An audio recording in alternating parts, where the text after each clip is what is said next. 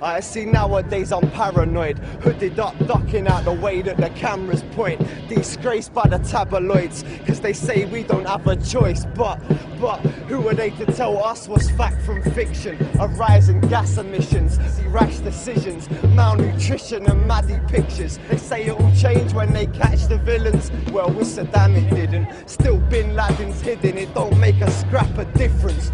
The UN still dictate to the Palestinians. Tanks are driven and relieved of their ammunition. Bombs ain't bad for business. 17 years and now half of Iraq is missing. Do not be surprised by bombs in the pipeline. Watch when the time's right. You're gone bye-byes. Welcome to the zeitgeist. Modern day Einsteins. All seeing eye signs. Stay within the guidelines. The ID card ain't far from the microchips they plan to implant inside your wrist. And what really are alliances of dominant nations? They're calling the council on foreign relations. Get used to the fact they got troops in Iraq, and they're gonna be there till they removed all the gas. The larger degrees have commander-in-chiefs and private militaries that are armed to the teeth. Men in white coats that shoot particle beams, annihilate any single target they please.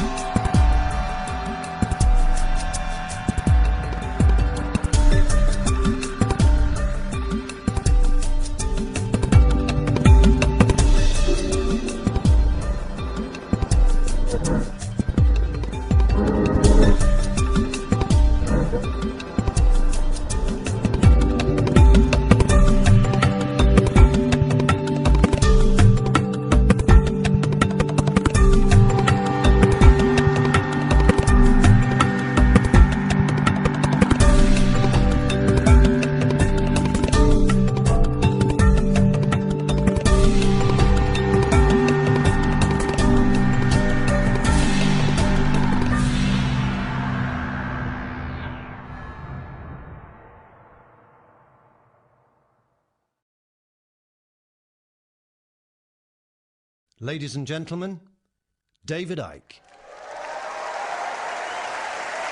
Thank you. Thank you very much. Thank you. Thank you. Thank you.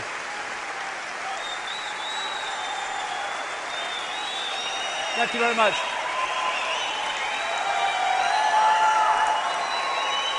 Thank you. Thank you. Thank you very much. Well, what an amazing day, what an amazing event. We've got people here from India, Finland, Sweden, Canada, America, and all over Britain, and all that stuff. Iceland, yeah. And I'd like to thank everyone for coming. I'd like to thank all the crew who've made this possible, to JP and Sean. Thank you, and to Dave Elliott and all the crew that have made this possible. And also to Bill. Bill has come all the way from America. He's an American professional TV cameraman, and he's come over here to work on this event just because he believes in what we're trying to do. So thanks for Bill for coming. Thank you. And also in the audience, somewhere out there, because it all looks black to me, is a lady called Yava. Are you there, Yave? There, she's over there. Yeva used to travel with me back in the days when I used to arrive at an event. I'd put the chairs out. Yave would sit to take the tickets from people. She wouldn't take many tickets, you know, sometimes 8 or 9. They'd sit in the seats. I'd talk for hours, and then they'd leave, and I'd put the chairs out, and me and Yave would go and have a little chef or something, saying, "What's it all about, Yave? What's the point, Yave?" Well, this is the point. Because if you keep going and keep passionately moving forward for what you believe in, the tide or the sea does tend to open. It's when you think, "Oh, no, big problem, feel sorry for myself, I'm out of here." And on that very subject, before I start, 37 years ago this month, I met a lady called Linda, who has been my rock ever since, right to this day. She's the one that organized this event. And I stand on the stage and do the words, but she makes it possible by working her socks off day after day, week after week. And I'd just like to take this opportunity to acknowledge the fantastic work that she's done and the contribution she's made to my life, never mind to the work that we're trying to do. So thank you to Linda.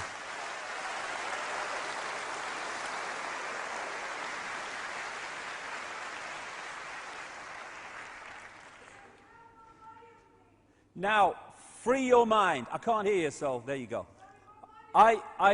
Free your mind is what the whole theme of this event is about. And, well, free our minds, because it includes mine as well. And free your mind doesn't mean believe what I say, or believe it because I say it, or take it as read. Free your mind just means opening the mind to all possibility, and then deciding what part of all possibility we choose to accept as reality. So what I'm not doing is standing up here today and saying, "I've got all the answers, here you go, here's another belief system." It's information, it's what I've compiled, it's conclusions I've come to over the last 20 years of full-time research in about 45 countries, but it's information. It's not there to be believed just because I say it. And I think I can sum it up really by what this man said. Wilhelm Reich, who was a philosopher and an inventor and what have you, and he said this: "Am I a spaceman? Do I belong to a new race on Earth bred by men from outer space in embraces with Earth women? I request my right and privilege to have such thoughts and ask such questions without being threatened to be jailed by any administrative agency of society. In the face of a rigid, doctrinaire, self-appointed, ready-to-kill hierarchy of scientific censorship, it appears foolish to publish such thoughts. Anyone malignant enough could do anything with them," and they did. Still, the right to be wrong has to be maintained. We should not fear to enter a forest because there are wildcats around in the trees. We should not yield our right to well-controlled speculation. It is certain questions entailed in such speculation which administrators of established knowledge fear.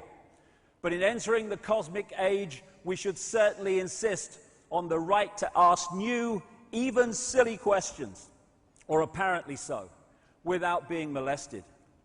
20 years ago, nearly, I decided I was going to take that right. And I'm going to continue to exercise that right to the day I leave this reality. Because if we don't defend or express our right to go into these areas that are beyond the norm, then we put ourselves in the prisons, the mind prisons, and therefore the physical prisons that those norms impose upon us. I would say this as well. This event today is not about demanding the right from authority to give us our freedom. My freedom all freedom is our natural and eternal right, not the gift of some dark suit or uniform to decide if it's going to give it to us or not.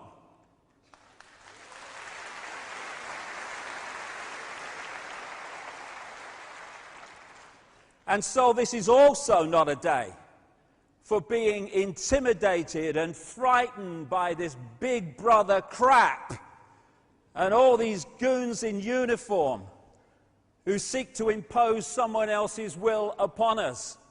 It's just about exposing the way they're seeking to enslave us so we can see the game and therefore not play it. In fact, my attitude to Big Brother can be summed up thus.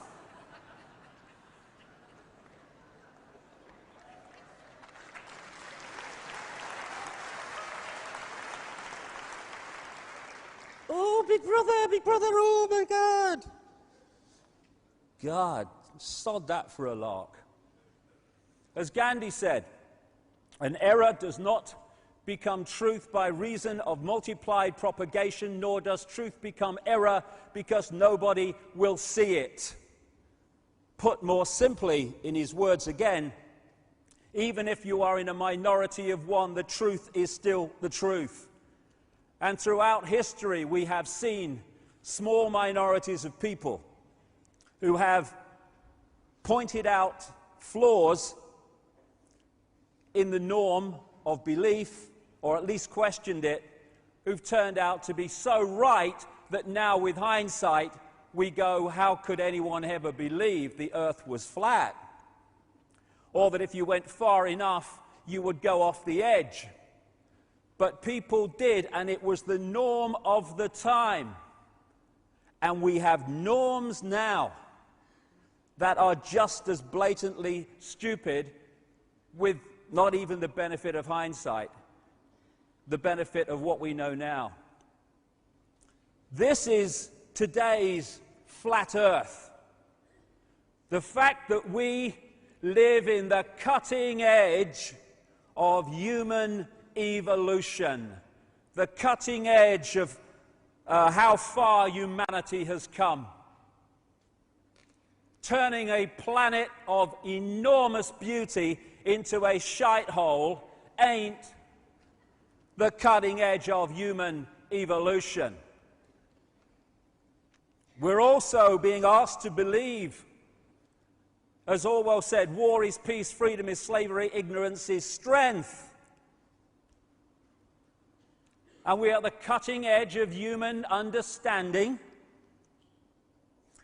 As Michael Elner said, just look at us. Everything is backwards. Everything is upside down. Doctors destroy health, lawyers destroy justice, universities destroy knowledge, governments destroy freedom, the major media destroys information, and religions destroy spirituality.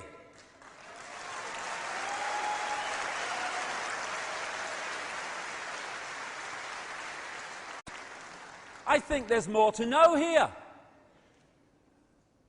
And it's all true. As H.L. Mencken said, the men the American people admire most extravagantly are the greatest liars. The men they detest most violently are those who try to tell them the truth. We live in topsy-turvy land. Why is everything upside down? Everything back to front? Why are there billions of bewildered people who don't understand who they are, where they are, what the whole business of life is all about? The world seems such a ball of confusion and complexity and bewilderment. But it is when you don't have the coordinates to connect things together.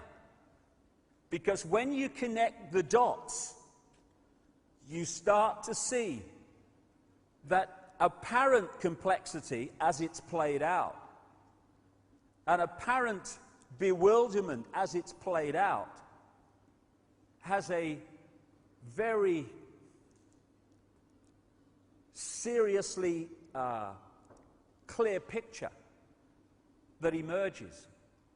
Because as you connect the dots between different people, organizations, places, religions, history, suddenly the picture starts to form. Oh, so that's it. If you don't connect the dots, it's just a mass of what's all this about. When you connect the dots, you get the elephant in the living room. You can start to see daily life and the daily news, or passes for it, and all this stuff in a completely different light. And suddenly, what seemed to be incomprehensible starts to make clearer and clearer sense. And that picture, as the dots are connected, the debts too, it's all part of it, is that there are two prime realities that we are experiencing. We're experiencing the movie. That's the movie version of reality that we're given by the mainstream media, by what passes for education, and all the other sources of mainstream information, which explain away events in the world in a certain way. But behind that, it becomes clearer as the dots join up that there is another agenda behind that, which the movie is simply there as a cover story to obscure and hide. And the foundation of that cover story, or the foundation of that secret agenda, is to get billions of people on this planet to wear a mask and play out a false identity that they don't even know is false. You know, we can talk about banking scams and political scams and secret societies, and we should and we will later on as we go through this. But what those involved in the research of all this whole conspiracy stuff, I feel, need to appreciate is if that's as far as you go and no further, then you too are playing a kind of movie, because you are looking at how it's playing out instead of the real foundation from which this whole conspiracy is based. And that is manipulating people to believe they're something they are not and to forget what they really are.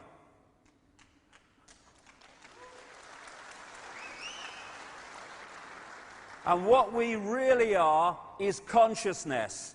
Infinite consciousness connected to all other consciousness, the seamless ocean of infinity. And we can move our point of observation around that consciousness and express and celebrate its uniqueness, but we are all of one infinite mind, one infinite consciousness.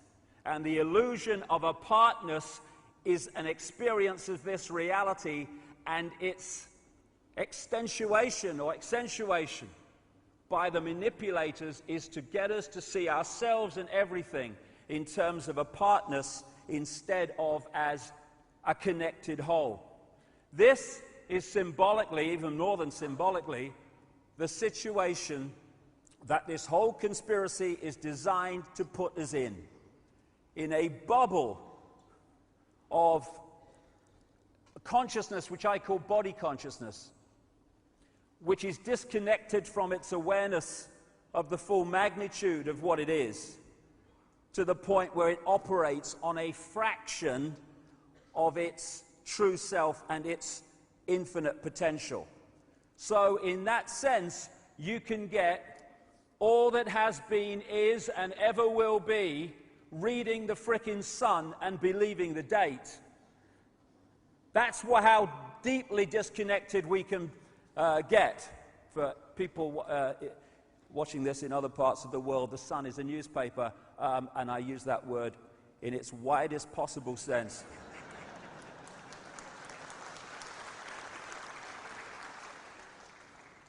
You You know, my brother said to me years ago, he said, you know, Dave, what's it all about? He said, you're born. He said, and then you kind of get older, and then you die. I mean, what's it all about? I mean, what is it all about? We're born into this world. We go through these kind of situations of going older and doing this and doing that and doing the other. And then we get older, and loads of people in the world, vast numbers of people, it's a struggle and it's an effort and it's a daily grind, and am I going to survive another day? And then at the top there, oh, you know, what will God think of me? You know, I mean, it's a great line, isn't it? Hey, you know, some travel agent on some other dimension. Hey, great vacation holiday, mate. What you do is you go into this dimension, you're born, you struggle all the way through it, lots of emotional upheaval. Then you get older and your body starts to break down. And then some guy on a cloud decides if you're going to go and sit next to him, or if you're going to go to hell and stoke the fires forever. I mean, you think, yeah, I'll have 2 tickets, wouldn't you? What's it all about? I mean, there's got to be something else. If there isn't, I'm out of here, and I'm staying. So, we are struggling to understand the world because we don't have the coordinates, which I'll come to.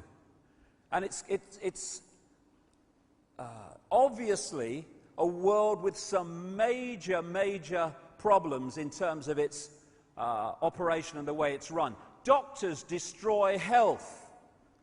Doctors destroy health because health is not about health, it is about wealth. It's the transnational drug corporations controlling the medical system, so the scalpel and the drug is the only response, overwhelmingly, to human dis-ease. And, you know, some of the side effects of these drugs, if you've ever been to America and listened to the drug adverts is one after another in America. They pay for American television, these things. And because of the law there, they tell you what the drug does, or supposed to, and then they have to reel off all the side effects. But they're not side effects, you see. That's another little con. Oh, these are the side effects of this drug. No, they're the effects, mate. Not side effects, the frickin' effects.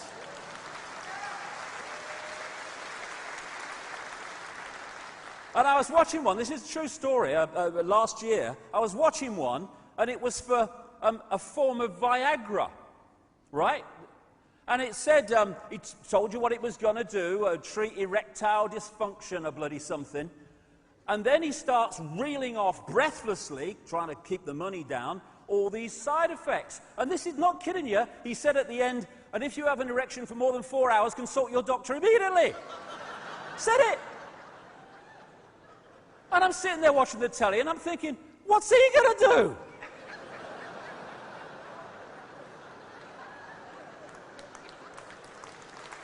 I mean, excuse me, doctor, I've got this problem. What do you want me to do? The world's mad. God, I tell you what, if I had an erection for 4 hours, I wouldn't consult a doctor. I'd thank bloody God, me. 3 hours, 55 minutes, bigger than my bloody record already, I'll tell you.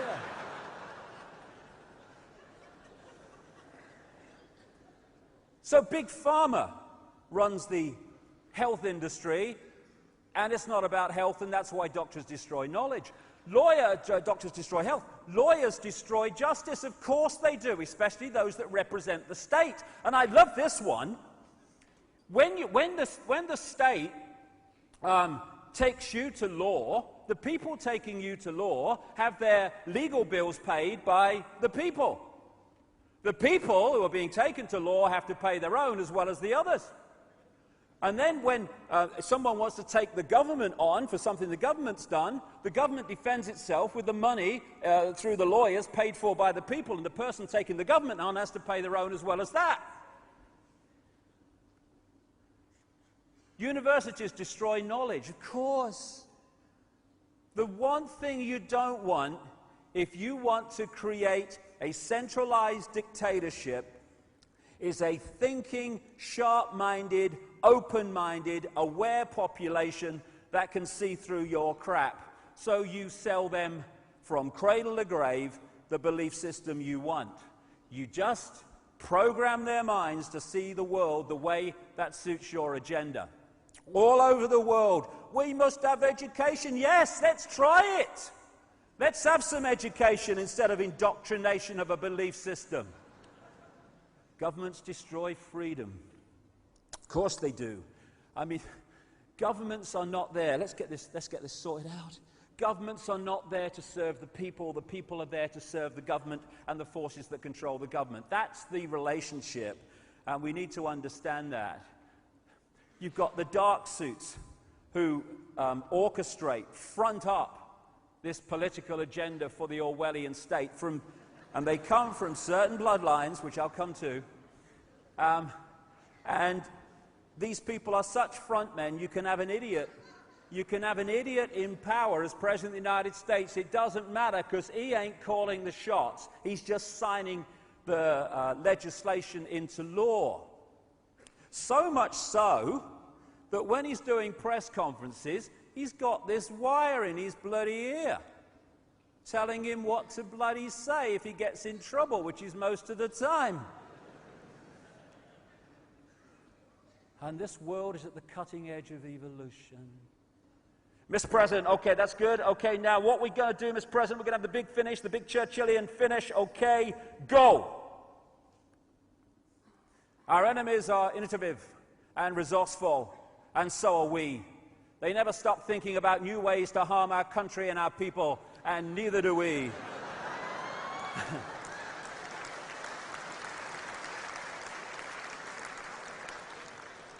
Did you get that? Did you get that, Mr. President?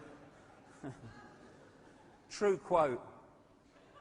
And now we have the choice between three people who are all controlled by the same force. It's called democracy. Which front man or woman do you want? There you go, cross there. And these are the people who are fronting up the destruction of our freedom of expression. Then the media. The media are there to tell the people the version of life and events that suits the agenda. And those real journalists who don't will tell you how hard it is to get other kinds of information into the mainstream. And the worst kind of censorship is self-censorship, where you know it ain't worth crossing that line because A, you'll get yourself in trouble, and B, it won't get in the paper or on the news, so you edit yourself. That's going on all the time. Religions destroy spirituality. Get into this in the second half. All the religions come from basically the same source, and they're worshipping the same gods that the secret societies worship. And what my father used to call bricks and mortar religion is there to enslave the minds of the people and divide and rule the people, not to open people to the true infinite magnitude of who they are. You can't say that! Pope will go mad! Couldn't give a shit, mate.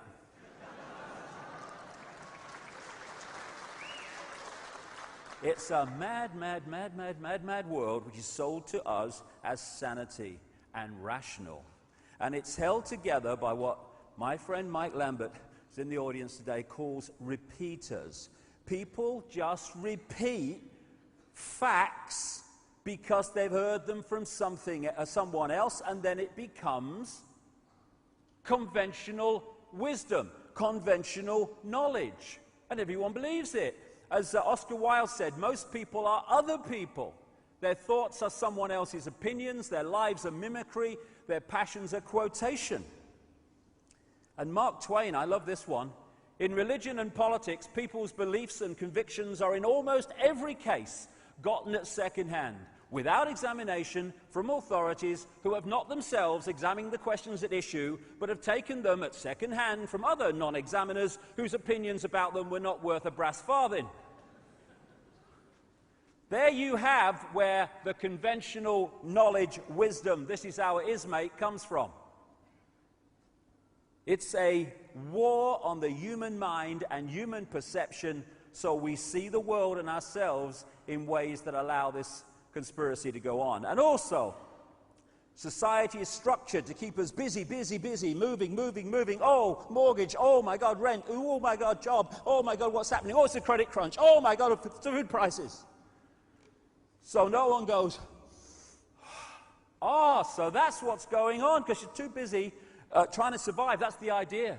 And it starts with the kids now, younger and younger. Oh, you've got to pass this exam. You've got to pass this exam. Oh, my God, what will happen? Oh, you've got to get good grades. Oh, my... Hey, have some bloody fun. Have a bloody laugh, mate. We should have happy lessons.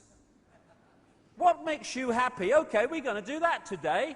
What makes you fulfilled? What makes you feel good about yourself? We're going to do that today. No, algebra. Algebra. What the bloody hell's all that about?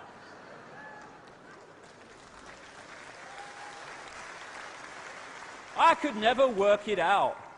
I never tried, really. What does X equal? Couldn't give a shit, mate.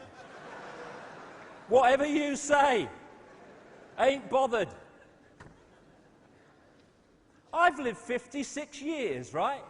I've never used bloody algebra. I've never entered my mind. Shh. Get that one. Delete file. So we have this world of apparent confusion because of the way that it operates. We turn out shite that we don't know what to do with. We reach a level where we can create amazing technology, and we use that technology to pepper bomb cities full of civilians. And you know, we've at the cutting edge of evolution. We can kill more people in one goal than ever before. Hey! Isn't it great to be human? And this is what we do in the name of freedom. We think it's okay for children to sign their names on bombs which end up on children just like them in the Lebanon. But we don't want to talk about that. Hey, here's a game show. Watch this. Shut up. Hey, honey, quick. She's going for the car. Quicker the bloody better, I say. People around the world get bigger while people die because they've not got enough to eat. Massive amounts of food available, thrown away, while others, I've seen this live once, it's unbelievable. People living off rubbish tips to survive. But we don't want to talk about this. Oh, no. Hey, quick, honey. There's a picture of Paris Hilton naked in the back of a car. Quick. Was that the car that lady just went for? Watch this. Shut up. Don't let's talk about this and get all moral about it. Let's talk about Janet Jackson's breast at the Super Bowl. Hey, the moral fiber of America is collapsing. Oh, no, that's the moral. This is fighting for peace. This is just collateral damage. Don't worry about it. As Gandhi said, what difference does it make to the dead, to the orphans and the homeless, whether the mad destruction is wrought under the name of totalitarianism or the holy name of liberty or democracy? None whatsoever. They're all tyrannies when they do that. Then we have the money. What you do is you go to the bank and you borrow money that has never, does not, and will never exist, called credit, and then you mortgage your house to it, you mortgage your car to it, your land to it, your business to it, and if you don't pay back money that doesn't exist, called credit, then the people that have lent you that non-existent money get your car and your business and your house. Yes, that makes sense. And this money scam, where they get us into debt by borrowing money that has never, does not, will never exist, is in the very DNA of society. It controls choice, controls maneuverability, or if we allow it to, controls society. And who controls money? Controls society. Who controls money? A tiny few people, as we'll see. But we don't want to talk about that. Hey, honey, quick, on the Jerry Springer Show, this man's going to hit his girlfriend. Quick, quick. Watch this. Shut up. Then there's the new religion of celebrityism. Go to the supermarket. Yay, get on with your life. There's the goddess. And then, if you want to know what's going on in the world, that's no problem, because these people will tell you everything that the people that control and own their industry think is fit for you to know, so you'll believe and see the world the way they want you to see it, called the news.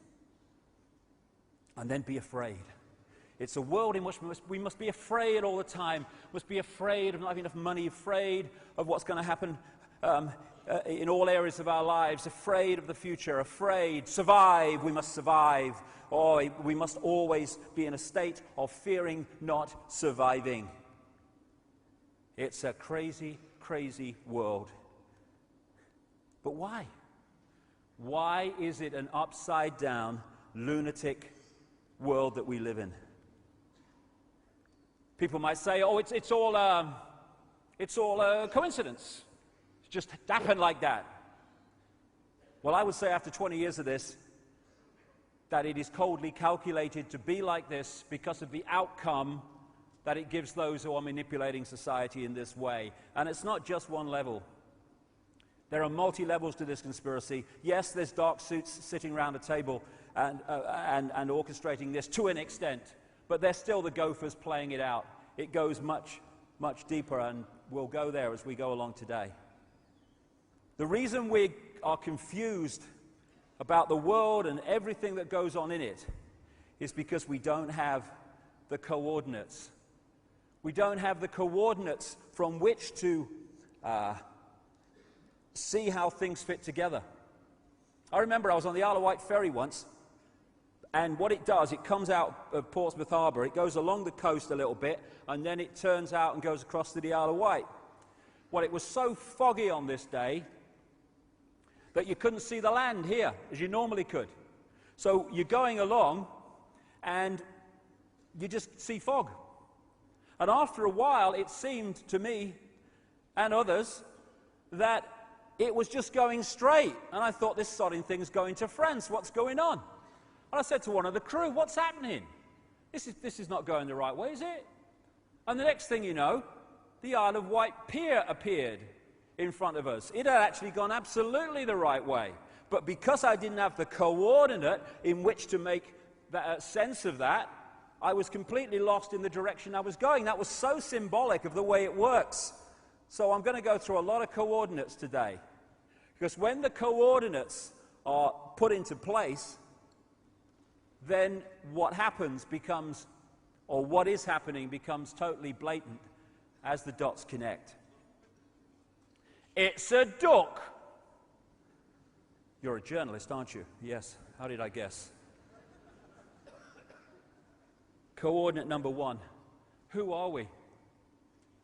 How few people kind of seem to ask that question, in my experience anyway. I live in the real world, mate. I've got to get on with my job and my life. Yeah, but who are we? What are we doing? Oh, I don't bother. We're going to get on with my life. But without this knowledge, this key coordinate, how the hell can we understand what's happening and our part in it? Coordinate number one, we are consciousness. We are not the body we think we are. And the idea is to put us in these eggshells of consciousness, and it's a doddle if we don't hold on to an understanding or have an understanding of who we really are and the magnitude of it. Just a quote from one of my books, only when we know who we are can we know freedom, of course. Unless we know the nature of reality and who we are and our part in it, how can we understand the world if we don't understand the reality that is the world? No wonder we're bloody confused. What is reality? How about that question? Oh no, that's just for scientists, it's not for you. Watch the football. Nazi propaganda minister, Goebbels. It thus becomes vitally important for the state to use all of its powers to repress dissent, for the truth is the mortal enemy of the lie, and thus, by extension, the truth becomes the greatest enemy of the state. And the truth that is most suppressed, the biggest lie of all of them, on which all the others are based, is it's all an illusion. This physical world is not physical, it's not even out there, it's in here. It's a holographic projection. So I'll come to as we go along. It's an illusion of physicality, an illusion of solidity. We are consciousness. And it's so easy to trick the brain to see reality in ways that are not actually what it's looking at. This is this amazing bloke who draws pictures on flat pavements, and yet the mind reads them, the brain reads them as three-dimensional. Does some great stuff. There's another one. We can look at that as, 7 compartments, or we can see that as a box. Depends on how the brain reads it. These color reds are both the same, but because of their interaction and placement with other colors, they look totally different because the brain reads them differently. We are decoding reality, and how we decode it decides the reality we experience. Major, major point we need to understand. Einstein, reality is an illusion, albeit a persistent one. Why it's a persistent one we'll come to before we finish this first section. But reality is an illusion, and we need to understand that. We think that we are physical bodies, and that's who we are. I'm Ethel Jones, Charlie Smith, I'm a taxi driver, I'm a doctor, whatever. No, no! They are what we are experiencing. They're not who we are. There are many multiple levels to us. This is just one that allows us to experience this reality. If I want to pick that up, my consciousness could not pick that up because it's vibrating too quickly. It's not in sync in the frequency range of that, so I couldn't do it. I take on this outer shell that operates within the frequency range that I want to experience. Now I can interact with it. Simple as that. We are consciousness working through a physical body. All life is consciousness and energy, animating holographic forms, including plants, everything. We are consciousness. I was in the bath the other day, playing with me duck or something, and I got this picture in my mind, real clear, and my great friend Neil Haig, a brilliant artist, and anytime you see a picture with this style throughout this next 7 hours, it's from Neil. He's out the front there if you want to talk to him. And he painted this for me when I told him what I saw. And basically it's this. This is consciousness, symbolically, that infinite consciousness that we are. And I saw an eye appear in the consciousness there, and out of it came this telescope. And it was looking into this world that we're experiencing. And as the telescope appeared, so it morphed into a human body.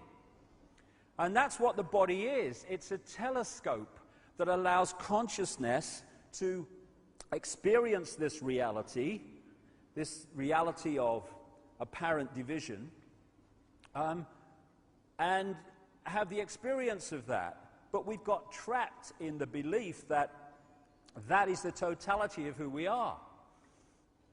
Consciousness and the body interact during an experience here, but the body is not who we are.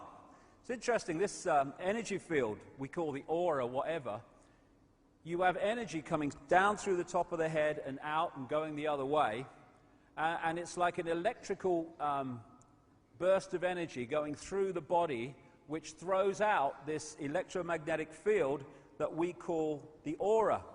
And interestingly, when you do the same with electric wire, you put a current through the wire, it throws out an electromagnetic field. And in the same way that this happens to us, so it happens to the earth, because everything is a reflection of everything else and works in basically the same way. And this combination of the genetics of the body and the electromagnetic field I call body consciousness. And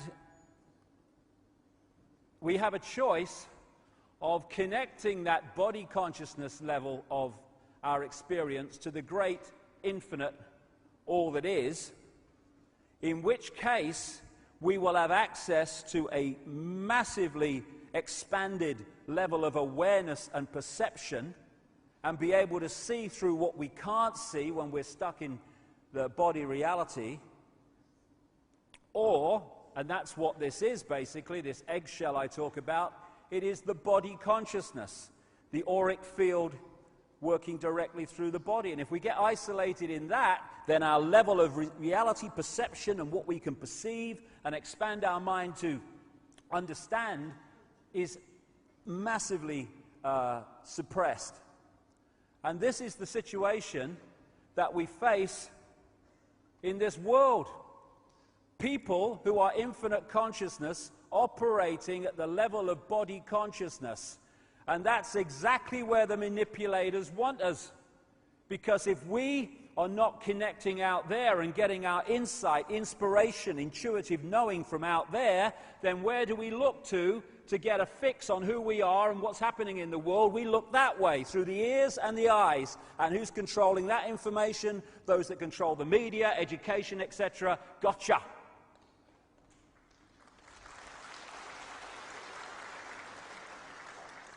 The body, I call it a genetic spacesuit.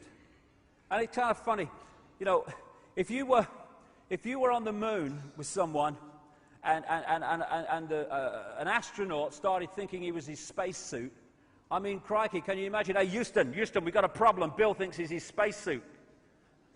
He's bloody mad because he's not his spacesuit. Yeah, but we think we're our spacesuit. And what would there be in that situation on the moon? There would be chaos.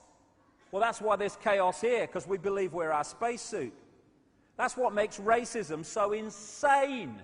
It's like saying, I'm better than you because my spacesuit's different colour. Bloody ridiculous. But the cutting edge of human knowledge, so why should I complain? We are consciousness working through the body. Now, I got a real amazing feeling for this. About 2 years ago, just before I last spoke here, when my mother died, Barbara, and I went along to the funeral, obviously, and my brother had organised it, and he said to me, do you want to come and see your mum while in the mortuary or at the funeral parlour? And my immediate reaction was, no, I remember as she was, because it's just a body anyway. But something said, no, go. And for some reason in my life, I've never come across, the first time I've seen a dead body was my mother. And I turn up, and I walk in this room, and there's this body in this coffin, this open coffin. And I know it sounds ridiculous, but it was dead. There was no bloody life there whatsoever. Dead, unbelievably dead, took me aback dead. And next to it was this picture, which my brother had blown up, which was going to go and be used in the funeral, which it was. And there was my mother's absolutely dead body, and there was this picture of my mother absolutely full of life, full of energy, full of sparkle. And I stood there, and I could see in those two images what life is, what consciousness is. Because that was alive, that was dead. We are consciousness. And we've got confused. And in identifying who we are with the body, we've seriously buggered up our sense of perception and therefore our ability to be free. The energy that or the reality that we are experiencing, that we apparently see with our eyes, is just a frequency range. That's all it is. And it is minute. What we call visible light. According to current mainstream science, the electromagnetic spectrum is 0.005% of the energy known to exist in the universe. 0.005%. And visible light, which is the only frequency that our eyes can decode into this reality, is a fraction of the 0.005%. We are basically visually blind in terms of what exists in the same space that we're experiencing. It's just a television, holographic television station we're experiencing. Tiny frequency range, visible light that we are experiencing. And what we are is, at this level, receiver transmitters of information. And the range of frequencies that we are accessing decides the range and perception and awareness of reality that we experience. So the more you can close down the range of frequencies that we are accessing, the more you close down the perception and the sense of infinity of the people you are targeting. The body is a biological computer. Biological in the sense that, unlike a desktop computer, it has the ability to an extent to think for itself and work things out for itself. That's what we call evolution on a physical level. The computer is constantly receiving information, vibrational information from its environment, and it is reacting to that. It does it all the time. If we go into a place where it's cold, it will react to that. Where it's hot, it will react to that. And it's the same with things like animals, that over a period of time, their environment changes. That information is being received by the computer and analyzed by the computer, and it's making changes. And if those environmental changes, habitat changes, happen slow enough, that is why you see animal bodies evolve to fit the new environment, but if it happens really quick, we call it extinction because it can't change fast enough. It's a computer working. And we are receiving vibrational information which we're decoding into this reality. Get into that more shortly. We are interacting with this infinite consciousness, but how much of that consciousness are we reacting to with? That depends on the range of frequencies we're accessing. And we're a bit like a dodgem car in a fairground. You know, you've got the dodgem car, it's going round, it's doing everything, lots of energy, and then once the power is switched off, it's, hey, my car's gone dead. Yes, because its energy source is gone, and that's what we call death. Not death at all. It's the movement of consciousness out of this reality. That's all.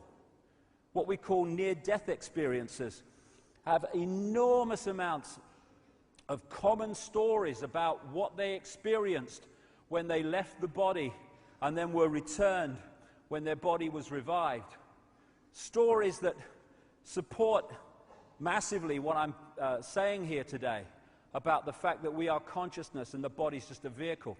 They talk about going through the tunnel into another reality and how limitation disappears, how the emotional intensity disappears, because a lot of that emotional intensity, if not all of it, is body consciousness. This is what one near-death experiencer said about what he experienced when he left the body. Everything from the beginning, my birth, my ancestors, my children, my wife, everything comes together simultaneously. I saw everything about me and about everyone who was around me. I saw everything they were thinking now, what they thought then, what was happening before, what was happening now. There is no time, there is no sequence of events, no such thing as limitation, of distance, of period, of time, of place. I could be anywhere I wanted to be simultaneously. That is who we are, and we need to remember it so we can sort this place out.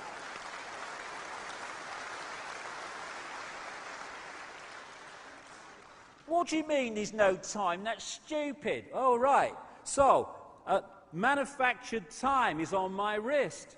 If I cross a certain invisible point in the world, I enter yesterday or tomorrow. Ridiculous. It's a decoding illusion, time and sequence. As William Blake said, to see a world in a grain of sand and heaven in a wild flower, hold infinity in the palm of your hand and eternity in an hour. Everything is everything else happening at the same time. It's a decoding process. If you are watching a movie on a DVD on the telly, where you are in the movie, you think is the present. The scenes in the movie you've just left or watched is your past, and the scenes you've not seen yet are your future. But all of them still exist in the same moment that you're experiencing what you perceive to be the present. And if you run back, bingo, you're in the past. You run forward, you're in the future. No, you're in the same now. As H.M. Tomlinson said, we see things not as they are, but as we are, because as we are decides how we decode reality. And this conspiracy might play out as banking scams and political scams. Yes, it does, and we should know that. But this conspiracy is about manipulating our sense of who we are so we decode what they want us to experience. And what that perception is one of division, apartness, because that creates the fault lines through which they can divide and rule us when we are oneness, all connected at different points of perception and observation within that whole, therefore expressing glorious diversity, but still connected. And that's the point, you know. I understand it. When you're talking about oneness, people think that it's like everyone therefore becomes one clone blob, like this. I'm oneness and also am I, oh yeah. What is oneness? What is this oneness I'm talking about? It is all possibility. That's what it is. It is everything that has, is, or ever will be there to be experienced. So there is no contradiction between being in a point of awareness of the connectedness of everything and at the same time celebrating and expressing your glorious diversity and uniqueness of perception. Indeed, the uniqueness of our expressing of our lives is honoring, if you like, the oneness that is all, because it's all possibility. What you get, ironically, when you disconnect from that into that, is you get a situation where you do get people who are, you know, I'm not oneness, neither am I, I'm not oneness. You do get uniformity, because people start operating on the same tiny range of frequencies, and therefore they start acting and seeing the world the same. Everyone thinks the same, everyone's tuning to the same bloody station. That's why we think when we experience the world, and understandably it seems like that, and the way we decode it, that the world is out there, that the summit's out there. In fact, it's just a projection. It's all going on in our minds, in our heads, as we decode reality. As the great Bill Hicks, the American comedian, said. What a great man he was. Great man. All matter is merely energy condensed to a slow vibration. We're all one consciousness experiencing itself subjectively. There's no such thing as death. Life is only a dream, and we are the imagination of ourselves. And that's the foundation of the conspiracy. Manipulating our imagination of ourselves. Infinite love is the only truth. The existence of an infinite consciousness is the only truth. Everything else is illusion. Everything else is the imagination of that consciousness made manifest and experienced. This is who we are. This is what we think we are. We think we're the body that we see in the mirror. Humans are a software program.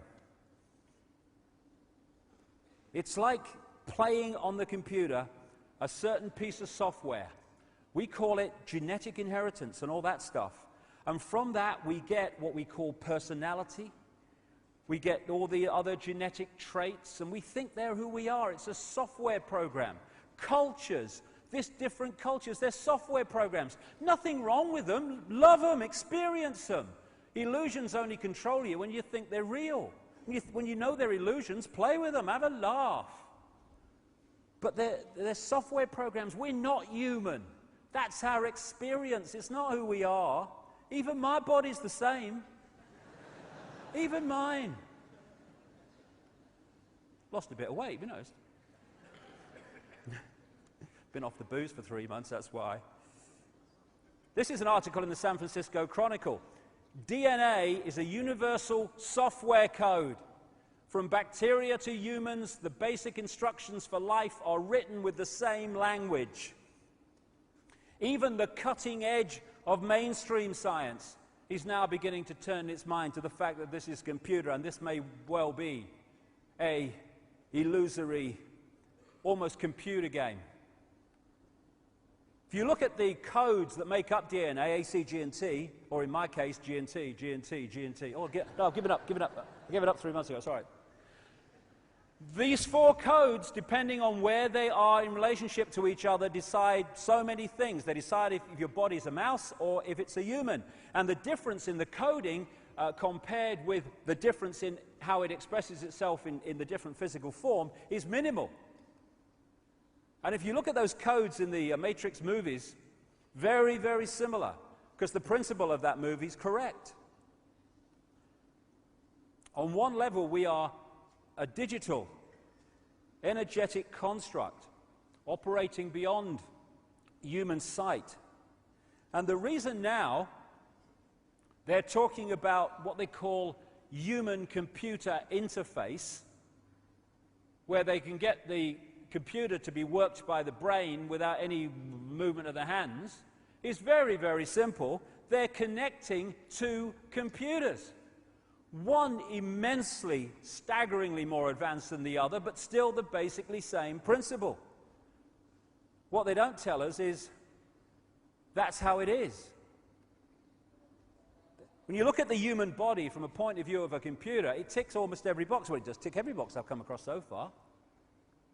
When the computer has a virus and it gets out of control and eventually it won't switch on, what do we say? My computer's dead. Why? Because it cannot connect to its energy source. What do we say when people die? We say the body's dead, the computer's dead, the energy source is left. That's why. We talk about putting computers into sleep mode where they just tick over and slow down and shut down to a very large extent. So do we. Then we've got Norton antivirus and all these other antivirus technologies. And what do? They are programmed to attack viruses and threats to the body, to the PC computer, desktop computer's functional system. We've got a Norton antivirus. We call it the human immune system. Does the same basic principle because it's a computer. This is a picture, an enhanced version of a picture taken at the Necker Hospital in a research process in Paris. And this is a motherboard. That is the motherboard of the body computer. And that's the system, the meridian system, the circuit board, that acupuncture and other alternative forms of healing work on. Why? Because this chi energy, as the Chinese call it, going around the body and these lines is information passing around the computer, just like information passes around the desktop computer. And they found in their experiments that when this energy is moving too slowly compared to optimum, the body starts to show signs of dis-ease and disharmony. Why? Because the information going around the body and being processed is being processed too slowly for optimum health. What do we say when we got a virus in our computer on the desk? My computer's bloody slow today. Same thing. And the acupuncture needles and other forms of Chinese acupuncture healing are there to reharmonize the flow of this energy so the information's passing around to optimum and we become well again. Then you've got the brain.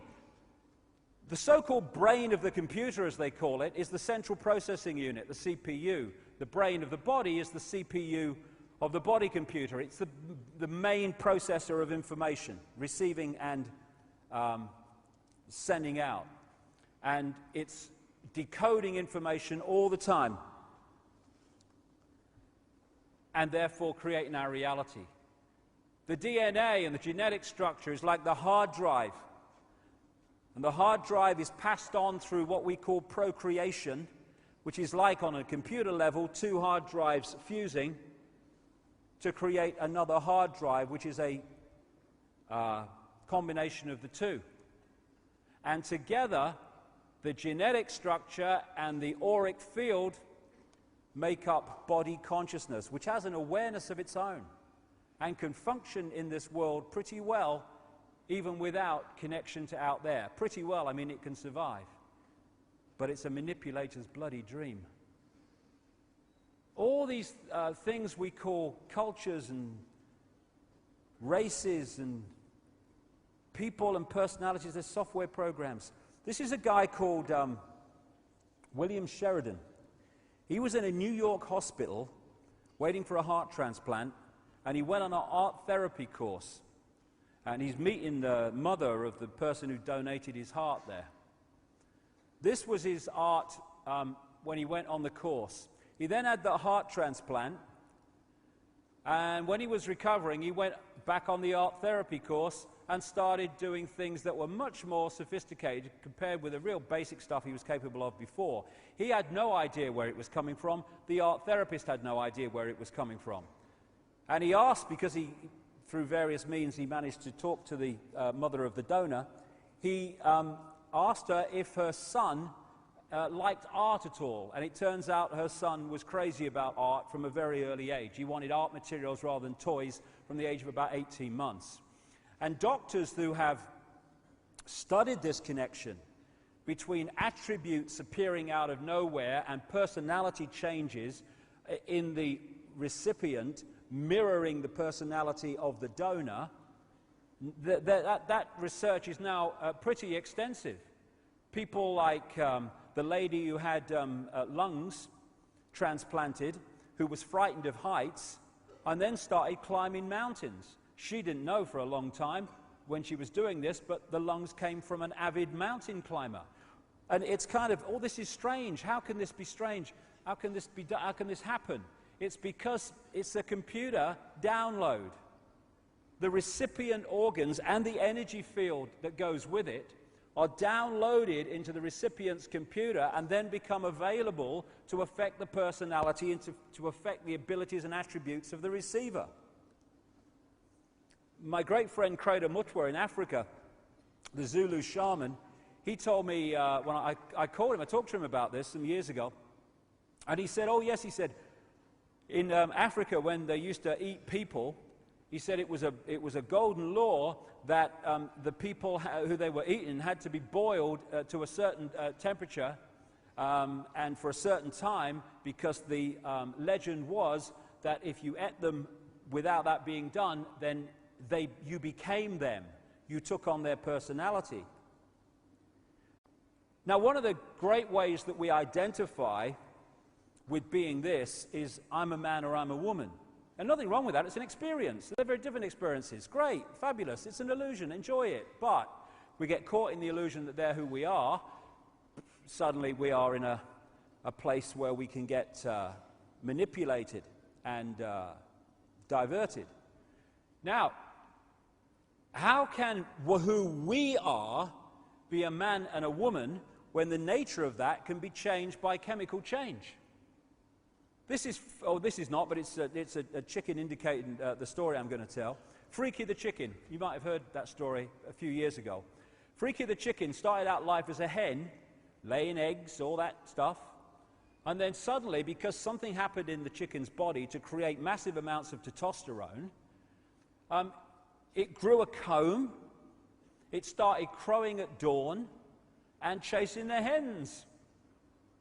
Why? Because it had moved from being a woman, female, to a male purely by a chemical change. Because it's the computer changing, not us. I got this from BBC News recently. Scientists have been able to take control of flies' brains to make females behave just like males. Researchers genetically modified the insect so that a group of brain cells that control sexual behavior could be switched on by a pulse of light. The team was able to get female fruit flies to produce a courtship song, behavior usually only seen in males. Why? Because it's a computer program, it's software. Sometimes I get up early in the morning, in the winter, before dawn, and I sit there in the office working on the website and stuff, and then the sun starts to come up and the bird song starts. And I'm thinking, you know, is there like a conductor with a stick waiting for dawn? I'm going, cue! No! They just start singing, just like Freaky started crowing at dawn when the testosterone came in. Because it's a body computer program, a software program. Then we talk about personalities and emotions. It's no accident, I would suggest, that so many, enormous numbers of near-death experiences tell the same story, that when they've left the body in that period, they don't feel emotion like they feel it here. They're not cold, but they don't feel that intensity of emotion that we feel. Why? Because that's a body consciousness. Software program. This is why psychiatrists and people, they say, some of them, they can break down human personalities into about 12 archetypes and combinations of them. You can't do that with infinite possibility, but you can do it with computer programs. We had that lady in Britain a few years ago who had been in institutions, in and out of them, with real manic, deep depression for 40 years. And her personality, people say, oh, she's a manic depressive. That's who she is. That's her. 40 years later, someone said, what happened about the time this started? Can you think? Did you do anything? And she said, the only thing I can think of is that I had something like 19 tooth fillings, mercury. It was pointed out that maybe that could be a connection. She had all the mercury teeth fillings taken out, went on a mercury detox. After 40 years, manic depression, gone. Because it was a computer level of operation that was manifesting it due to a chemical imbalance. We're not even our emotions most of the time. We are consciousness, and we've forgotten, and therefore these computer programs, these software programs, take us over, and we think we're them. And so instead of driving the bus, we're sitting at the back thinking we can't drive it. The brain is two halves of the brain. There's the right brain and there's the left brain, and they have very, very different roles to play, especially in personality. And between them is this bridge called the corpus callosum, which bridges the information, again, information between the two. Now, this is another picture that Neil Haig did for me recently. Symbolically looking at what the right brain and the left brain do. The right brain is out there. It's creativity. It's inspiration. It's the maverick. It's the connection to all that is. It's the greater awareness. And the left brain is about structure. It sees things in parts, not as wholes. It wants things to be structured. It's about language, and it's about organization in a physical way. It's about being what we call, though often that's not what it is, rational thinking. And both sides of the brain are necessary. If you get a right brain person, we've all met them, they're fantastically creative, but they're out on another cloud. There's nothing going on down here. But you get a really imprisoned left brain person, they can't see the connections with anything. They're here. Boom, boom. I'll tell you a story. Sound like Max Bygraves. I'll tell you a story. Not many people reacted there. Who's Max Bygraves? Shows me bloody age. Yeah, he's just a bit older than me. Anyway, what happened was I was asked to speak at the Oxford University, right? Now, there are whole brain people at Oxford University. I'm not knocking it, but because of the nature of it, there's a hell of a lot of real left brain people at Oxford University. And I had this bizarre situation. When I do something like this to open-minded people, I just give it, there you go, there it is, make of it what you will. But when you're talking to a real left brain audience, even at the elite Oxford University, where they've passed all these exams to get there, he's clever, I'm sitting in the hotel room before I'm going to do it, and I'm thinking, how do I put this in baby steps so they'll get it? Why? Because the left brain is what I was talking to there, and it doesn't get this wider picture. I'll come more to that in a second. Now, I'm going to give you an idea of this left brain thing. If you go to my website, davidicke.com, and you go into the What is Reality Research Archive, you can see this 20-minute clip of this lady. It was sent to me a few weeks ago, and it was like a eureka moment because of what she experienced. This is a lady called Jill Bolte Taylor, who's a neuroanatomist, brain scientist for short, and she had a stroke which shut down her left brain, and instead of conking out, she spent hours experiencing what was happening while it was going on. And she talked about the fact that she got up, she was having this stroke, she didn't realize it immediately, and she got onto the exercise machine. This is how she describes what happened. So I got up and I jumped onto my exercise machine, and I'm jamming away on this thing, and I'm realizing that my hands look like primitive claws grasping onto the bar. I thought, that's very peculiar. And I looked down at my body and I thought, whoa, I'm a weird-looking thing. And it was as though my consciousness had shifted away from my normal perception of reality, where I'm the person on the machine having the experience, to some esoteric space where I'm witnessing myself having this experience. I looked down at my arm and I realized that I can no longer define the boundaries of my body. I can't define where I begin and where I end, because the atoms and the molecules of my arm blended with the atoms and molecules of the wall. And all I could detect was energy. And I'm asking myself, what's wrong with me? What's going on? And in that moment, my brain chatter, my left hemisphere brain chatter, went totally silent. Just like someone took a remote control and pushed the mute button, and total silence. And at first I was shocked to find myself inside a silent mind, but then I was immediately captivated by the magnificence of the energy around me. And because I could no longer identify the boundaries of my body, I felt enormous and expansive. I felt at one with all the energy that was, and it was beautiful there. Then all of a sudden, my left hemisphere comes back online and says to me, hey, we've got a problem, we've got to get some help. So it's like, okay, I've got a problem. But then I immediately drifted back out into the consciousness, and I affectionately referred to this space as La La Land. But it was beautiful there. Imagine what it would be like to be totally disconnected from your brain chatter that connects you to the external world. So I'm here in this space, and any stress related to my job, it was gone. Again, stress, body consciousness. And I felt lighter in my body. And I imagine all of the relationships in the external world and the many stresses related to any of those, they were gone. I felt a sense of peacefulness. And imagine what it would be like to lose 37 years of emotional baggage. I felt euphoria. Euphoria was beautiful.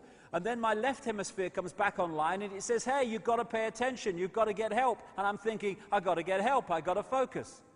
So I've got to get help, I've got to call work. I couldn't remember the number at work, so I remembered in my office I had a business card with my number on it. So I go to my business room, I pull out a 3-inch stack of business cards.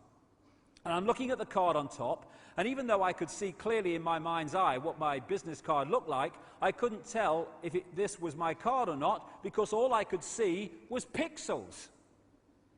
And the pixels of the words blended with the pixels of the background and the pixels of the symbols, and I just couldn't tell.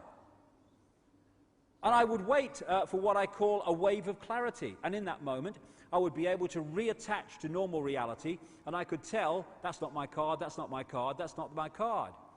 It took me 45 minutes to get 1 inch inside of that stack of cards. In the meantime, for 45 minutes, the hemorrhage is getting bigger in my left hemisphere. I do not understand numbers, I do not understand the telephone, but it's the only plan I have. So I take the phone pad and I put it right there, right here. I take the business card and I put it right here, and I'm matching the shape of the squiggles on the card to the shape of the squiggles on the phone pad. Eventually, the whole number gets dialed, and I'm listening to the phone. And my colleague picks up the phone, and he says to me, "Whoa, whoa, whoa, whoa, whoa." And I think to myself, oh my gosh, he sounds like a golden retriever. And so I say to him, clearing my mind, I say to him, "This is Jill, I need help." And what comes out of my voice is, "Whoa, whoa, whoa, whoa, whoa."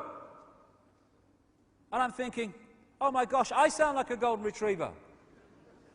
So I didn't know that I couldn't speak or understand language until I tried. What's happening is the left brain, because of what's happening to it, has stopped decoding vibrational information into human language and vibrational information into this reality. Therefore, it sees pixels, which is the next level of reality to this one.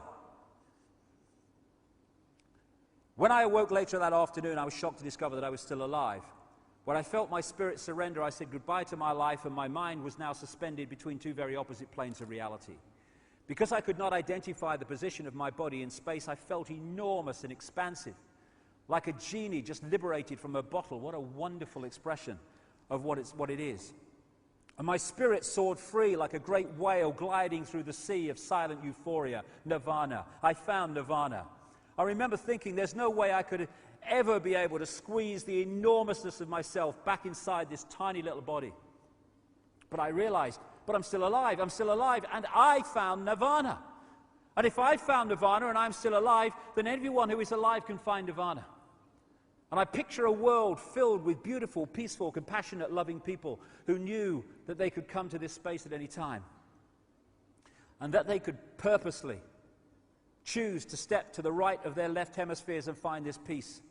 And then I realized what a tremendous gift this experience could be, and what an insight this could be in how to live our lives. And it motivated my recovery. So who are we? We are the life force of the universe, with manual dexterity and two cognitive minds. And we have the power to choose moment by moment who and how we want to be in this world, right here and now. I can step into the consciousness of my right hemisphere where I am the life force power of the universe and the life force power of the 50 trillion beautiful molecular genuses that make up my form. At one with all that is, or I can choose to step into the consciousness of my left hemisphere, where I become a single individual, a solid, separate from the flow, separate from you. I am Jill Bolte-Taylor, intellectual neuroanatomist. These are the we inside of me. Which would you choose? Which do you choose, and when? I believe that the more time we spend choosing to run the deeper inner peace circuitry in our right hemispheres, the more peace we will project into the world, and the more peaceful our planet will be. And I thought that was an idea worth sharing. Quite bloody right.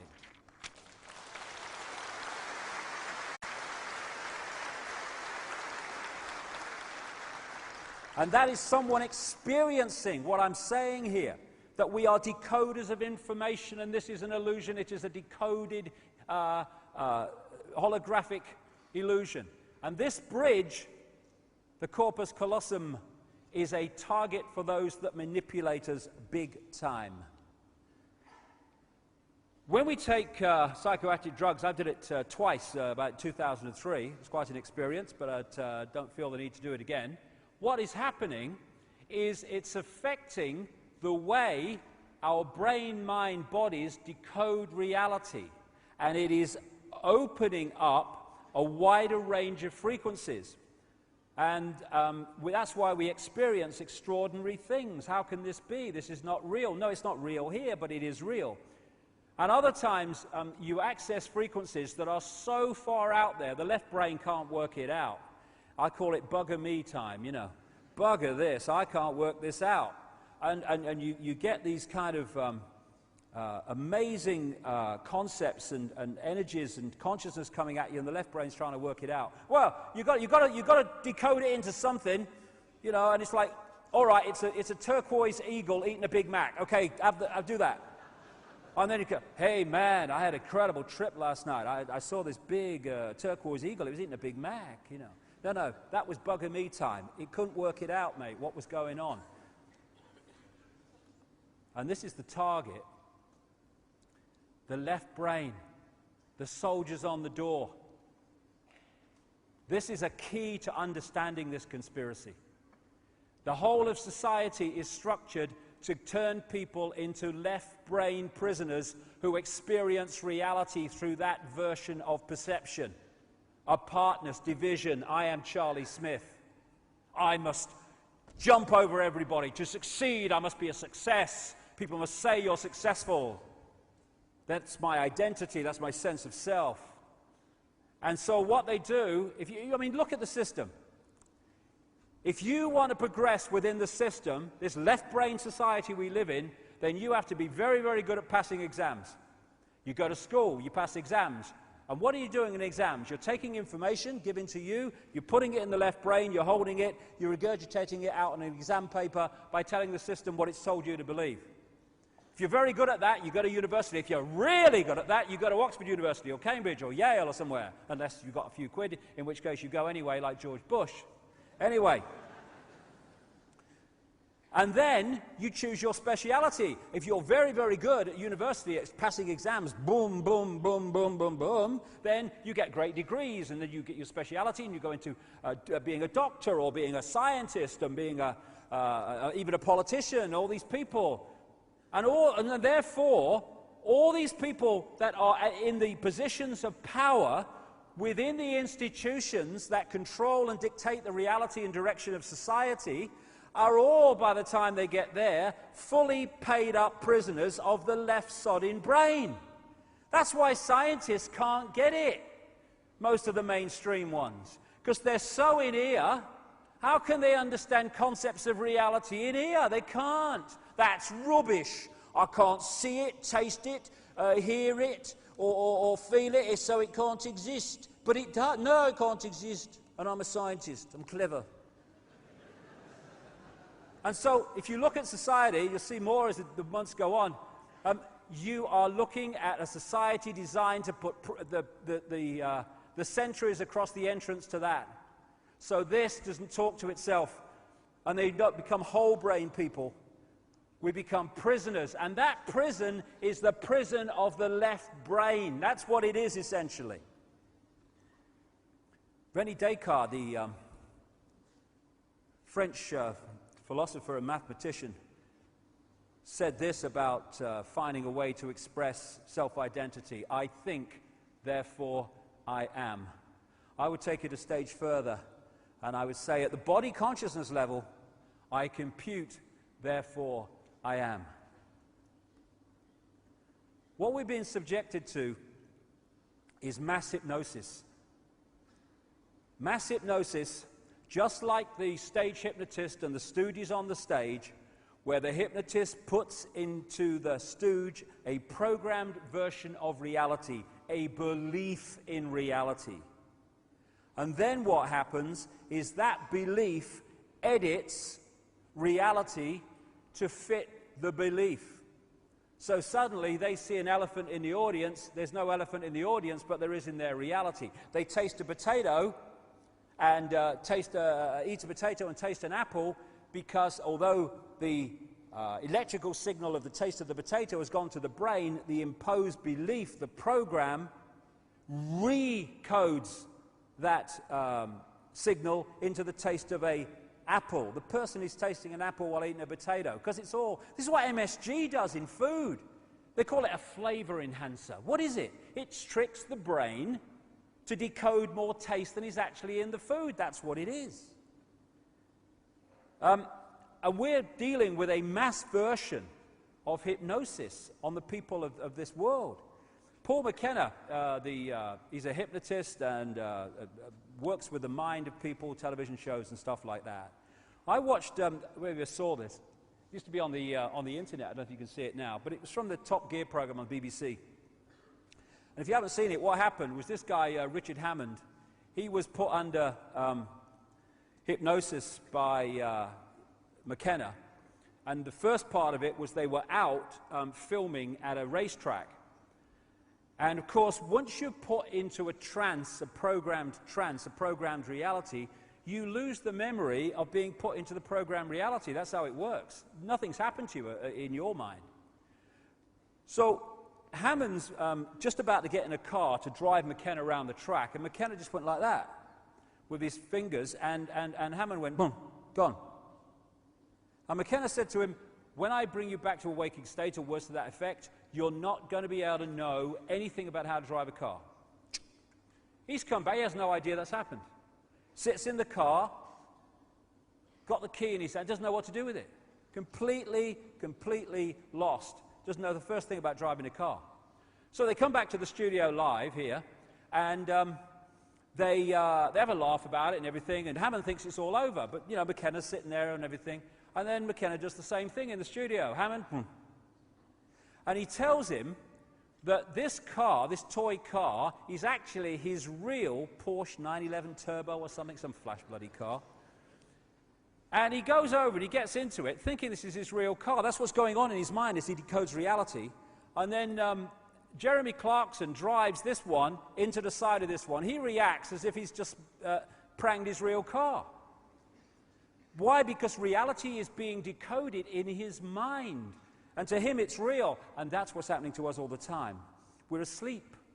We're in a trance. And that's why it's so appropriate when people say, I'm waking up now. I can see it. As Voltaire said, so long as the people do not care to exercise their freedom, those who wish to tyrannize will do so. For tyrants are active and ardent and will devote themselves in the name of any number of gods, religious or otherwise, to put shackles upon sleeping men. And of course, first, you must have sleeping men and women, and that's what the whole deal has been about.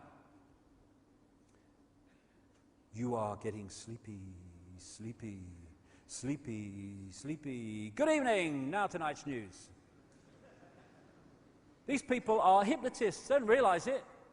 They're programming a reality by repetition of a version of reality that they pound out on their mainstream news all the time. We see things not as they are, but as we are. The conspiracy in a line. The idea is to get us to think that we are the person we see reflected in the mirror. No, that's the vehicle we're using to experience this reality. This is who we are. Division is what they want. A sense of oneness is what they don't want. And oneness, not just between humans, but between everything. You know, the ancients talked about, and some people still talk about today, about going and experiencing the spirit of a mountain or something. And of course, the left-brain scientists, you can't experience the spirit of a mountain, it's a pile of rock. Because that's what the left brain sees it. And yet, a mountain is just energy consciousness, and that's a holographic version of it that we see on the physical level. So you can interact with that, just as you can interact with plants. This is Virginia, Credo Mutwa's wife, and she's got a herbal garden, and she talks to her plants. And she puts little coins next to them in thanks when she's taken bits off them to use in herbal remedies and stuff. And of course, the left brain is to go, what's the plant going to do with the money? Is it going to buy beer? It's stupid, you know. No, it's energy. It's a representation of energy. Oh yeah, I get that. Oh, stupid. We are consciousness, we are energy, we are all one consciousness. So, where are we? Where are we? We are in our own minds, basically. We are in our own heads, symbolically. We are decoding reality in our own minds. It's not out there, it's in here. We are taking frequency fields and vibrational fields, and we are, through the brain, turning them into a holographic reality that does not exist out there. Holograms appear to exist in space, but they don't. Holograms you buy in the shops. This hologram doesn't have space either. We are decoding it into a holographic television station within the frequency of visible light. We talk about seeing is believing, but it ain't. Believing is seeing, because what we believe affects what we decode and therefore what we see. There's that great line in the Matrix movie where the Neo character is saying to the Morpheus character, what is real? And Morpheus says words to the effect of, what is real? If you're talking about what we can see, touch, taste, hear, etc., then real is just electrical signals interpreted by your mind. That's absolutely what we're doing, because the five senses decode vibrational frequencies and then send those signals to the brain, and it's the brain that decodes them into the reality we think we're experiencing. It's how hypnotists can manipulate reality in their various forms. The visual cortex areas of the brain do it in relationship to the eyes. What we think is out there actually exists, symbolically anyway, in our head. As the neurons fire in a certain sequence, they create reality based on our belief. Now, if we've got open minds, we can be decoding vast, vast realities and be multidimensional in our perception and awareness. We can be in this world physically, but not of this world in terms of our point of perception. Therefore, we're going to see the world in a completely different way to those stuck in left brain consciousness. Or we can get caught in the eggshells, in which case we are decoding a very small band of frequencies, which makes us think we live in a world of limitation. We exist as an energy construct.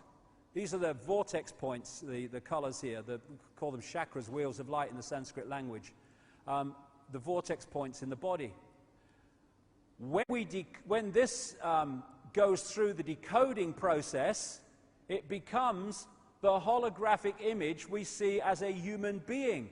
But it only exists, we only exist in this form when we've been through that decoding process.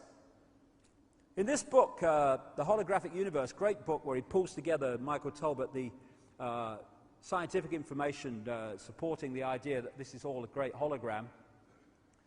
He tells a story in here, which is so brilliant. That's why I do tell it quite often, because it's so symbolic of what I'm talking about. He attended a party which his father had, and he had a state hypnotist along to do party tricks for the guests. There came a point where the hypnotist is dealing with this guy called Tom, and he said to him, he's doing through the tricks, and then he said to him, when I bring you back to a waking state, you're not going to be able to see your daughter in the room. At which point, the hypnotist led the daughter to stand right in front of the father who's looking in her belly. He brings him out of to a waking state, or apparently so, and he says, Tom, can you see your daughter? Tom's looking around. No, I can't see her. She's giggling. He can't hear her. The hypnotist went behind the daughter, put his hand in the small of her back and said, I'm holding something, Tom. What am I holding? He looked bemused because it was so obvious to him. He said, you're holding a watch. He says, there's an inscription on the watch, Tom. Can you read it? He peered forward, read the inscription. His daughter standing between him and the watch. Now, from a left brain perspective, Professor Richard Dawkins at Oxford University or something, that's impossible. You're one of these charlatans.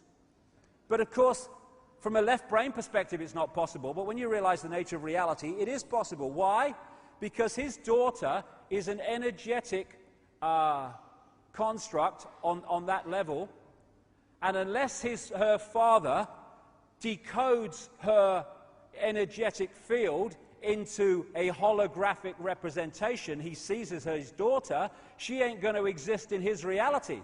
Everything else in the room is, because he's doing that to everything else. But the hypnotist has implanted into the brain the belief that the daughter is not in the room. So just like in China, where they firewall off the internet, his brain gets firewalled off from decoding that field. So she doesn't come into holographic reality. She doesn't occupy what we call space. He's going to be able to see what's behind her, because in his reality, she ain't there on that frequency range we call the physical world. We think the world is physical. Let's come to that physical. Oh, it's so solid. Oh yeah, walk into a wall, bang, it's solid. Don't tell me it ain't solid. But it can't be. It can't be, because it's made of atoms, scientists tell us. And atoms have no solidity. How can an atom that has no solidity make up this solid world? It can't. And it doesn't, because the world isn't solid. This is why when scientists have this bewildered conundrum between non-physical atoms making up a physical world, how can it be? Well, I can help them out. There is no physical world to make up. The atoms are part of the decoding process of turning vibrational fields and vibrational information into holographic form in our heads or in our minds. We make holograms, of course, in studios like this one. And for those who haven't come across it, what happens is you've got an object that you want to do a holographic photograph of. You have a laser beam. Part of it is diverted across the object you want to photograph. Part of the beam is taken away and hits this photographic film, where it meets the other part of the beam carrying the vibrational information of the image. It's like two waves in water coming and colliding. When you have, they call it an interference pattern in holographic terms. When you throw two pebbles in a pond, where the waves they make collide is a vibrational representation of those two stones, their weight, their size, and where they dropped in relationship to each other. And that's the same principle as holographic film. It looks like fingerprints and stuff. It seems to have no form, no clarity, but you then fire a laser beam at this and bingo. An apparently three-dimensional image of what's been photographed appears before your eyes, appearing to occupy space, but not.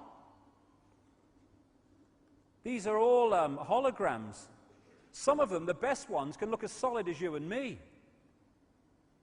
These are all holograms, with no space, no 3D, just the appearance of it. There's the Queen, holographic photograph of the Queen. Very appropriate when we get to the second half. Queen's a lizard. You're mad.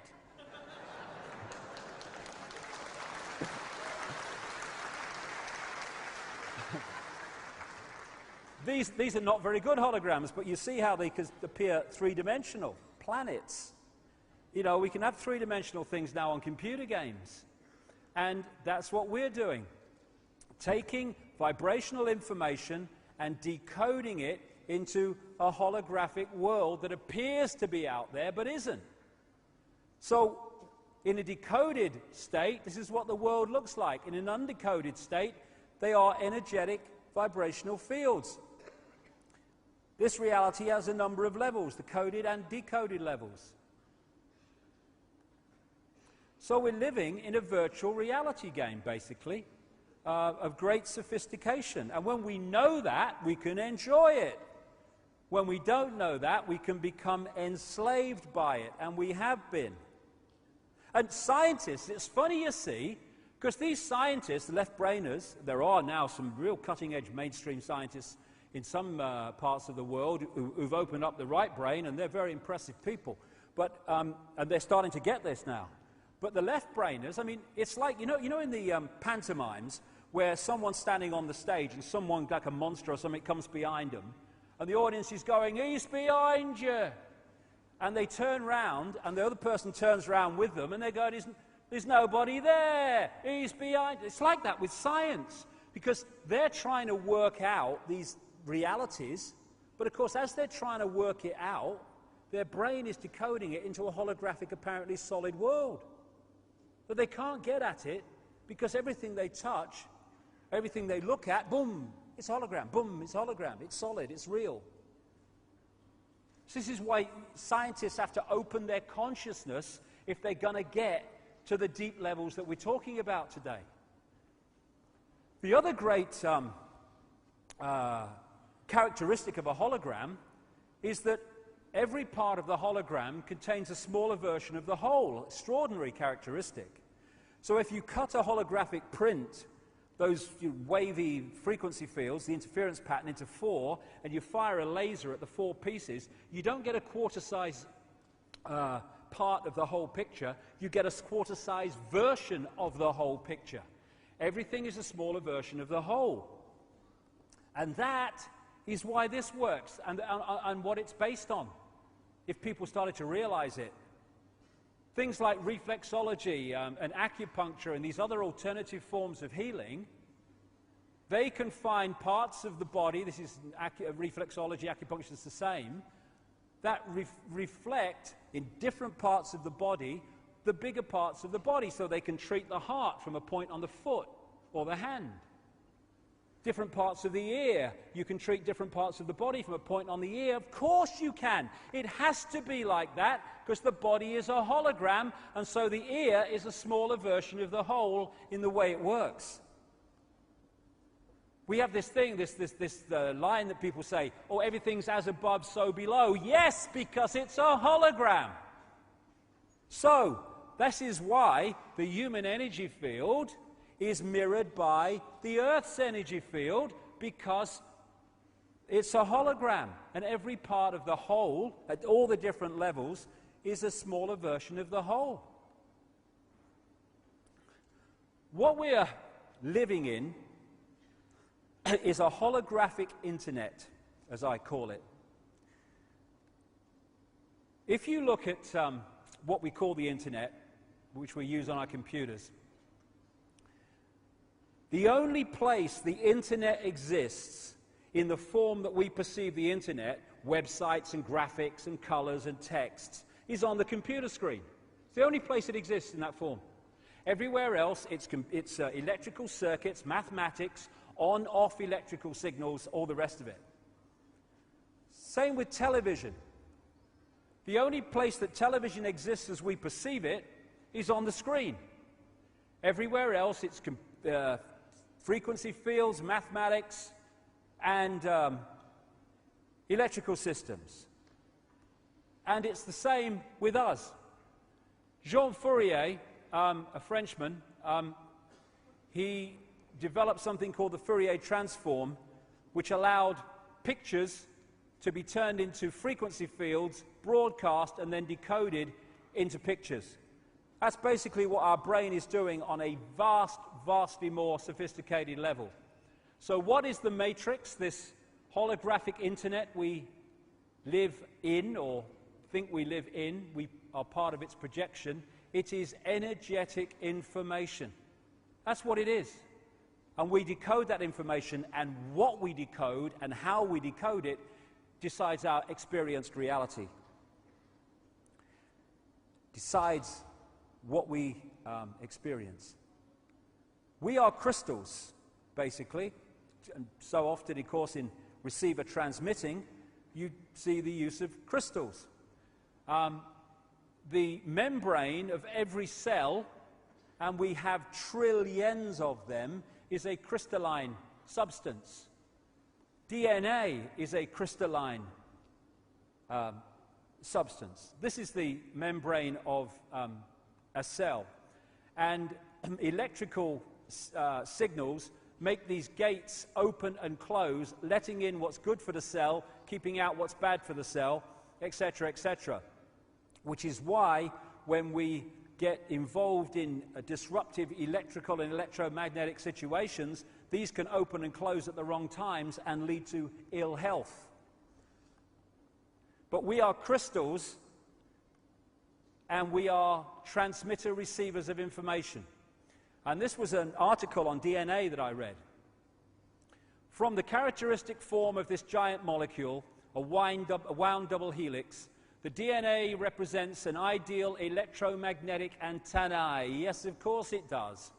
On one hand, it is elongated and thus a blade which can take up very well electrical pulses. On the other hand, seen from above, it has the form of a ring and thus is a very magnetical antennae. Don Juan, I think his name was, the shaman source of the Carlos Castaneda books, is quoted as saying this: "We are perceivers, we are awareness, we are not objects, we have no solidity, we are boundless, we, or rather our reason, forget this, and thus we entrap the totality of ourselves in a vicious circle from which we rarely emerge in our lifetime." And we don't do that because we're not meant to. Society is structured to keep us there. And these influences, programming information, sense of belief, the poisons we get in food and drink, religions that mess with our minds and close down our awareness, education and all this other stuff, medical drugs are affecting the decoding of this information, what we decode, how we decode it, and what range we decode. And at the level of the real manipulators, that's coldly, calculatedly done to put us in a vibrational prison we call a world. Bewildered world, going through it. What the hell is it all about? I don't understand. This is symbolic of the world we live in. For a body, computers.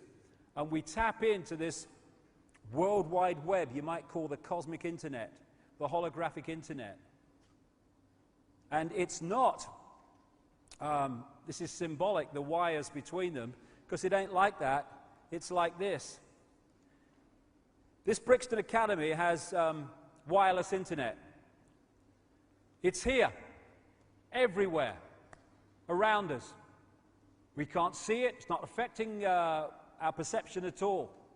But if I tune this computer to that Wi-Fi wireless internet, on that screen will suddenly appear that internet, that reality. And what we're living in, where are we, is a holographic internet, and that information exists everywhere around us, and we're decoding it unknowingly, though not now, increasingly, into this reality we think is the world. And so you had that scene in the Matrix movie, the first one, where Morpheus says, the Matrix is everywhere. It's all around us, even now in this very room. You can see it when you look out your window or you turn on your television. You can feel it when you go to work, when you go to church, when you pay your taxes. It is the world that has been pulled over your eyes to blind you from the truth. What truth? That you are a slave, Neo. Like everyone else, you were born into bondage, born into a prison that you cannot smell, taste, or touch. A prison for your mind. And the Matrix is everywhere because it is like a wireless internet which we're decoding. And we can decode vast areas of this internet. Or, as they do in China, that internet can be firewalled off so we only access that which suits those in control. And that's basically what's happened to us, not least through genetic manipulation.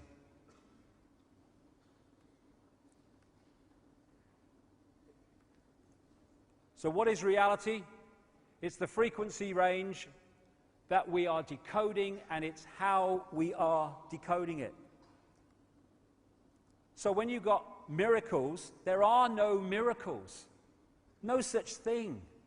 There's only understanding reality more than you are when you perceive them as miracles. How can it be that you can walk through fire in a certain state of consciousness and not get burned, and you can walk through fire in another state of consciousness and be in the ambulance in 10 minutes? It's simply your connection, your interaction with reality is different. If you believe, and it's programmed into the software, that if you put your hand in fire it will burn, it will burn. But if you can go to another level of consciousness that's beyond that, then you can walk through fire and not get burned, as many people do. That's not a miracle. It's just decoding reality in a different way. And we have the potential to decode a sodden paradise, which is why this has been kept from us. In the Matrix movie, there is no spoon. It is not the spoon that bends, it is only yourself, exactly. I saw this. Where there is love, there is pain. Bollocks. Bollocks. Only if you believe there is. We are looking at a world of people imprisoned by their own perception of reality. There they are. There they could be. As William Blake said, if the doors of perception were cleansed, everything would appear to man and woman as it is, infinite. I think, therefore I am, said Descartes. I compute, therefore I am. on a body consciousness level. I am, therefore I am, in terms of infinite consciousness. That's who we are. What's your name? Everything you can ever think of. And just go through this before. I've kept a time well, purely by bloody accident, mind. On one level, as I said earlier, this is a mathematical construct. This is one reason why things like numerology and numerological sequences are found all the time in secret society lore and stuff. And if you look at the codes of DNA, they've got a very digital mathematical feel about them. Same with DNA when you look at it. We are digital on one level. The Earth grid, as above, so below. The Earth is an energetic construct in the same way that we are, and it has a structure of energy lines called ley lines, meridian lines, whatever. And these are very geometrical in the way that they are laid out. Again, mathematics, geometry. And algebra, I like it, yeah. The Earth grid equals x, y squared. And xy squared, where'd that come from? I don't know. Anyway, so here's the grid, and the lines are geometrical. And what a lot of people have now, who've researched ancient structures and temples and standing stones and what have you, they found that they are amazingly, stands back in amazement, in geometrical relationship to each other all over the world. How did they do that? Miraculous? No.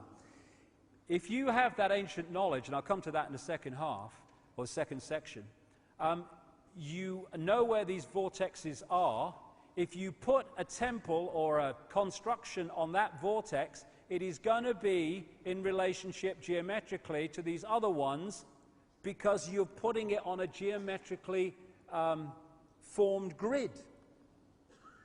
And just like we have the chakra system of vortexes, so does the Earth. And like I say, things like Stonehenge and these great constructions of the ancient world were invariably put on these vortex points, which is where the geometrical relationship comes from. Also, because of this ancient knowledge I'll talk about when we've had a break, you find that these great ancient constructions and temples and amazing creations are using classic geometrical and mathematical codes like pi and golden mean, extraordinary. Also, what comes up a lot is the Fibonacci sequence of numbers, which was attributed in terms of discovery, although it seems it was known long before, to this guy, Leonardo Pisano Fibonacci. I'm not sure, I think he was Italian, I'm not sure. And the Fibonacci sequence is you add the two numbers together to get the next one. And this sequence you find throughout nature and throughout the formation and the relationships of parts of the human body and the human face. You find this Fibonacci sequence because that's the mathematical construct level of reality manifesting itself. The same with how flowers grow and how flowers are formed. This Fibonacci sequence of numbers and mathematics comes up again and again and again. Same with these other golden mean and pi stuff as well.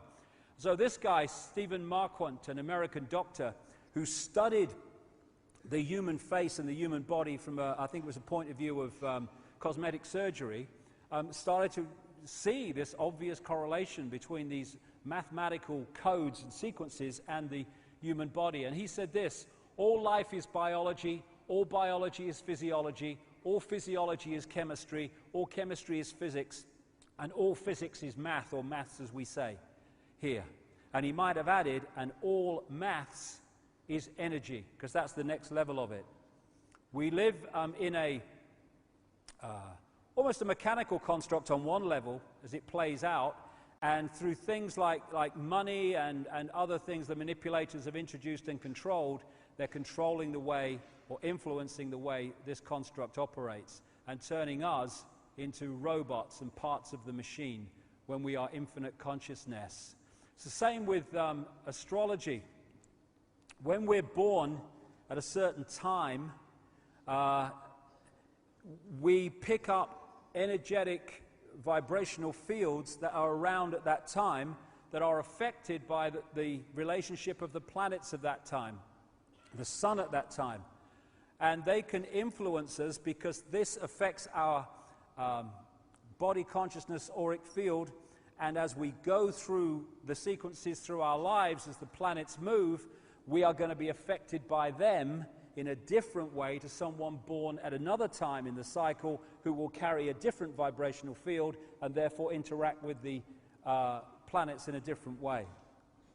And these forces, these same forces, are what hold planets in the positions they're in. And when those forces change or move, so do the planets. So, as we finish this first section, what is reality? Whatever we believe it is, and more than that, given what we're going to talk about in the second section, whatever we are told to believe it is. This is the foundation of the conspiracy. And I've started with this because from that, as we move through the day, the way society is structured and the way that the whole system that we experience every day works starts to make dramatically more sense once we realize what we're dealing with, and also have the knowledge that those in the shadows, not the bushes and people like that, the ones with the real power, they understand all this, and they've structured society with that knowledge to control us through this knowledge. So it's not, the world is not controlled by men in dark suits sitting around a table. It's massively influenced by them because they're playing out this conspiracy. They're not the origins of it. This is where a lot of conspiracy researchers go so far and stop. They think this is it. It's the Bilderberg Group. It's the Council on Foreign Relations. It's the Freemasons. No, no. This is one level of it being played out. Behind that are the shadow people, the human shadow people, who operate behind the scenes, who control those people who are apparently in power and appear on the news and sign the legislation, but the real power's here. And they, in turn, are controlled by the other dimensional shadow people, which I'll get to big time in the second section. So, this is it. This is what it is. Tick-tock, tick-tock, tick-tock. It is a mind game. And that's great news, because we, with this knowledge, and with the knowledge of who we are, the dramatic, infinite genius of who we are, can take that power back. Thank you very much. 30 minutes.